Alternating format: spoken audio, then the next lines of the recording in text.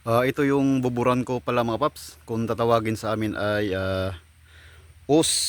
Ayan po ay matuwid. At ito yung ginagamit ko mula nung kasimula ko palang mag-alaga ng alimokon at hanggang mangangati ako. At ito yung ginagamit ko.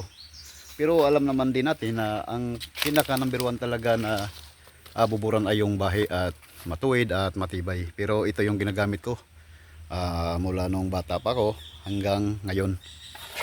Oh.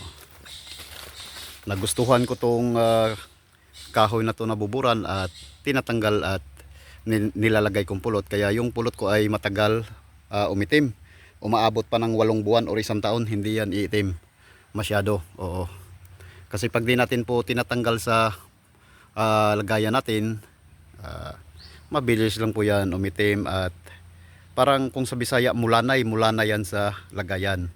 Kaya ito yung gamit ko mga paps, os kung tawagin sa amin na kahoy. Yan, matuwid yan. Yan. At medyo matibay din to. Depende na din po sa paggamit siguro.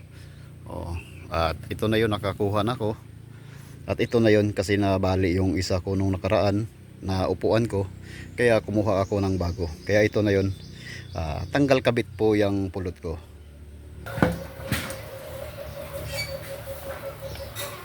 At ito na yung mga balitawang nito, os. Mula noon hanggang ngayon, ito yung ginagamit ko. Os kung tawagin sa amin.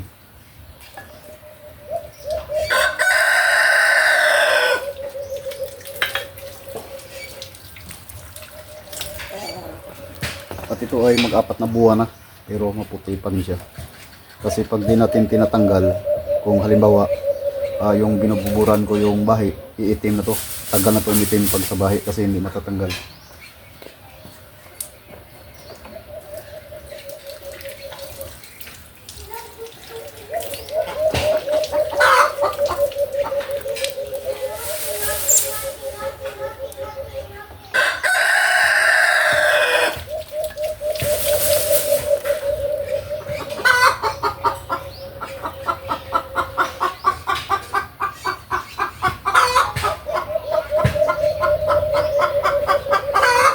Iba't ibang mga ngati, iba't iba din yung diskarte.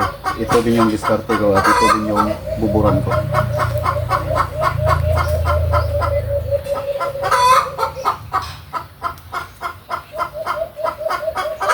At shoutout pala kay Boryon 13 at Kamukmuk Hunter.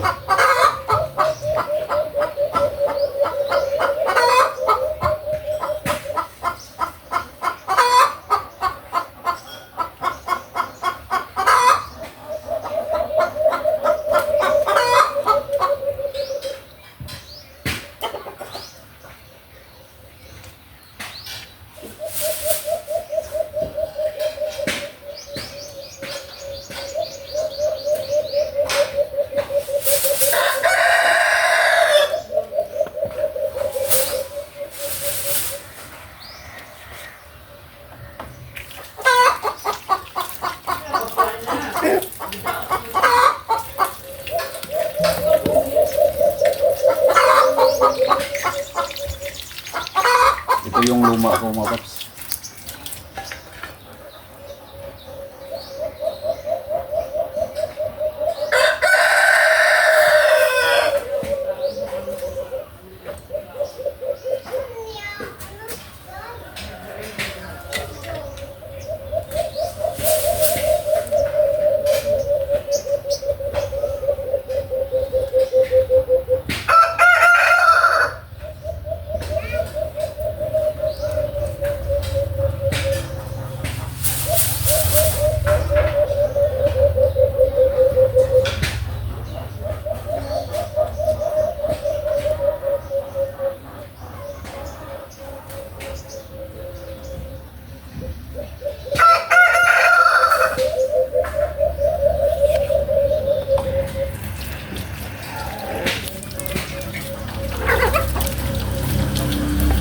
Ito na yung pulot.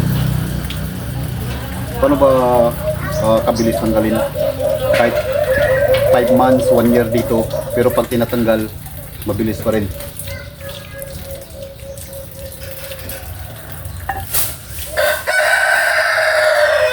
Oh. Kahit matagal na nakabubod, ganito lang kabilis.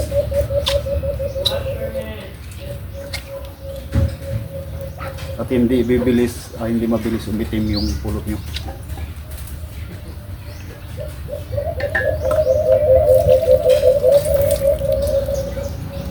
Ito yung kinuha ko ngayon.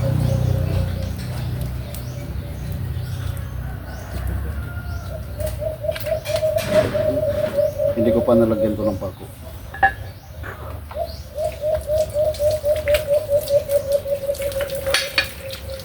Ito.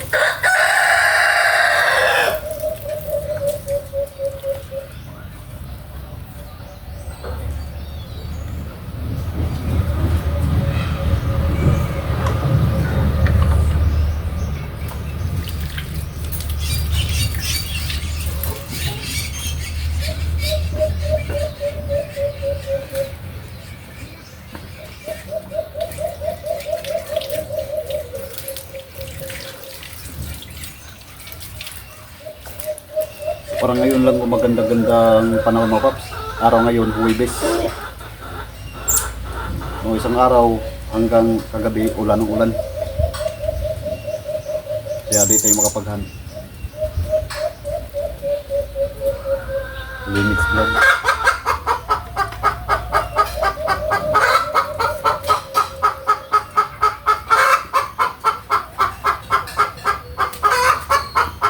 At salamat po sa inyong panonood mga paps.